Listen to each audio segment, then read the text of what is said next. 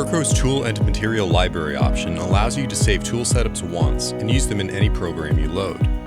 Let's start by adding a standard 6061 aluminum alloy. While we're at it, let's add a D2 steel so we have options.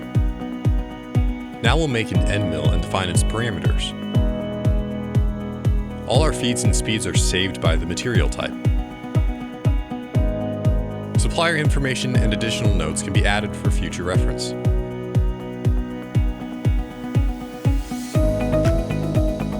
The end mill is now listed with all our saved tools for use in any program.